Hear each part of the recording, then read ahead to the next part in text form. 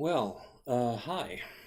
So, who am I and what is this? Um, my name's Eric Spornitz, and that's probably a little weird because I know a lot of YouTubers like to use their YouTube titles.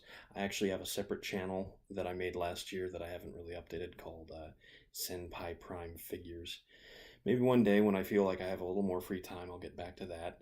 But for now, there are a lot of people doing action figure reviews on the internet already. Yes, that's a sentence I didn't think I'd ever say out loud, but it's true. So I still recommend people like Pio or Thew's Reviews. He does Toy Grind, which is a channel that's not just Transformers, it's a lot of different action figures. Vangelis has a lot of cinematic appeal in his videos. So if you like looking at people play with toys online, those are three names that I would drop at the drop of a hat. That didn't really work as well as I thought. So what's this? Okay, I'm getting off topic. My name is Eric Spornitz, and on Friday I turned 37 years old. Now, while I was 36 years old, I convinced myself that I was still very young and that I could still do all the things that young people can do. And I know people are all the time saying, you're only as old as you think you are. Well, people around me tend to make me feel very old. So, it's been a couple days and I've been thinking about this. I didn't have a New Year's resolution. I don't know how many people still make those. But technically it's the Lunar New Year now. It's the year of the dog. More of a cat person personally, but I don't think they have Year of the Cat unless Tiger Cats. Anyway, I'm getting off topic. I am going to make myself into an experiment. I'm going to try and spend the next 365 days making a video log every day for around 5 to 10 minutes of just me talking about what I was thinking about today, what I plan on doing, or even things that have nothing to do with my day, just things that I've remembered or ideas that I want to share. And God, I should have worn a better shirt for this. I when I go to work, I wear a button-down overshirt, but I was getting a little hot, so I took it off, and now I feel quite cold, and I look like I'm just slumming it, or I feel like I'm just slumming it. So, given that this is the introductory video, maybe I should talk a little bit about myself. Well, first of all, here's something. I'm not going to tell you exactly what I do for a living because I'm actually legally obligated not to in a lot of ways. I have to sign an NDA whenever I renew my contract with the company that I work for. And it's a lot easier to just not talk about what I do for a living. And I hope that people don't think I'm fishing for, like, oh, what does he do? Oh, he's keeping secrets. Maybe one day he'll tell us. Well, maybe one day I will, depending on if somebody at work lets me know that I can do that. But I want to make sure that you guys also don't think that it's just wrong to keep secrets. It's actually very right to keep secrets in a lot of ways. And the best example I can think of is that my brother-in-law, Chris, who I love dearly. I love my sister, but I love my brother-in-law too. Chris is a Marine major, I think at this point. He got promoted last year. And he works at the Pentagon. And he does some very important stuff. And he cannot tell me what that is. And he has plenty of very good reasons not to. And I don't think we necessarily need to pester people for them to reveal truths that they have agreed to not reveal. I think that's only fair.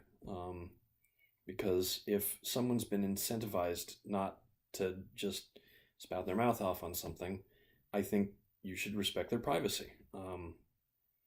This country is a lot about respecting privacy these days, and no matter which side you fall on, there are arguments to protect privacy across the board. It really is a nonpartisan issue. At least I feel that way.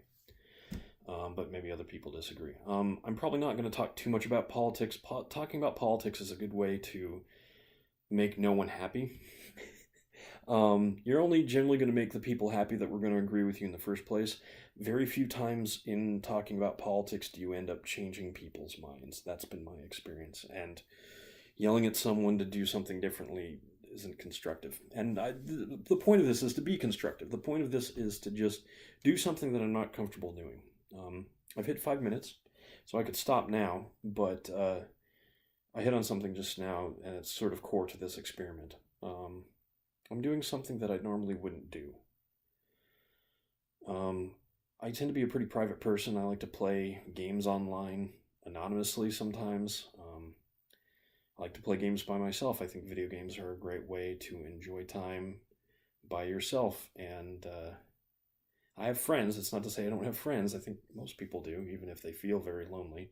And if you feel very lonely, I understand how that can be, because there are times, even when I'm with my friends, that I feel very lonely. But I don't want them to think it's their fault either. So, guys, if you're watching this and I suddenly get 20 more subscriptions on this channel that has had one for the last 10 years, I'm not down. I'm not depressed. I'm feeling fine. This is just something. I did something. I guess I'll talk a little bit more about myself. I'm a writer, and something that I've learned is when you're writing, it's important to try things. I'm doing this on a laptop. That's why this camera keeps wobbling. I really should have. I've put a thing down to set a camera on before in this room, and I should have done this now, or at least stop gyrating around and causing the whole screen to shake. Anyway, what was I saying? I'm a writer, and something I've learned is that it helps to write about things that you might normally not be comfortable writing about, because it expands on your abilities, and it means that you can write more and different stories than just writing the same thing over and over again with different names and different characters with different hair colors. So I normally write fantasy, a little bit of sci-fi. Sometimes I write fan fiction, and okay, one time I've really written fan fiction, and you can find it online. I guess I'm going to plug this. Talk about being private. It's called Fruit Bats, Smoothie Bar of the Damned. You can Google it. I guarantee you there's only one Fruit Bats, Smoothie Bar of the Damned at the time I make this recording. It is fan fiction about gay vampires living in the Pacific Northwest and eating nothing but smoothies, hence the title Fruit Bats. It was, the idea was given to me by my good friend who happens to be a lesbian. She thought the whole idea of gay vampires called fruit bats to be hilarious. I'm sure some people will get very mad and very offended, but I have tried, and hopefully you'll see in the writing, that I am not trying to marginalize the homosexual experience, even though I'm not terribly familiar with it. Again, it was an attempt to do something that I'm not comfortable with, to push the envelope of what I am comfortable with, and I actually found myself enjoying it quite a lot. But don't take that to mean any more than what I'd say at face value. I really should write more. I got one whole chapter, one arc of the writing done, and I was pretty happy with it, but I could do better. And the next part of the story would be called Fruit Bats, Vampires in Paradise, which I also like the title of a whole lot. But I also wrote a novel. I've written a manuscript for a novel. It's not what I do for a living. I don't necessarily write, I don't write prose for a living. I write a lot of emails and more than a few reports, but I don't write fantasy prose. I do that in my free time. I wrote the manuscript, and I like it a lot. It's set in a fantasy world of my own creation. And I wanted to say, oh, I'm a world builder. I've written one manuscript, and it's too long. It is 3 times longer than the first Harry Potter novel, to give you an idea of how big it is. It needs to be shrunk basically at least in half, or no publisher in the world is going to want to look at it. So maybe that's something I'll talk about in another one of these vlogs, but I'm coming up on 10 minutes, and I don't want to talk about too much stuff in my first episode, because I need to give myself room to talk about other things. But while I was writing the novel, I found that the most important thing I could do was write a little bit each day. And it was hard at first, and it's still hard. Sometimes I have trouble just not picking up the pen. I do it all with word processing, but it's hard to open up the laptop, put my hands on the keyboard, and make something usable come out. But if I do it every day, and even if it's not usable every day, someday it's going to be usable. So maybe one of these videos will be useful to somebody. Anyway, that's 10 minutes. So I'm Eric Spornitz. This is my first vlog on February 19th, 2018. And signing off.